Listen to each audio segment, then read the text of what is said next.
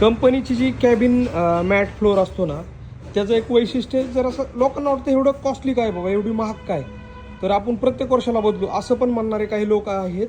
आणि ही एका आपल्या ग्राहकाने ऑर्डर करून मागवली, तर ह्याचं वैशिष्ट्य सांगतो.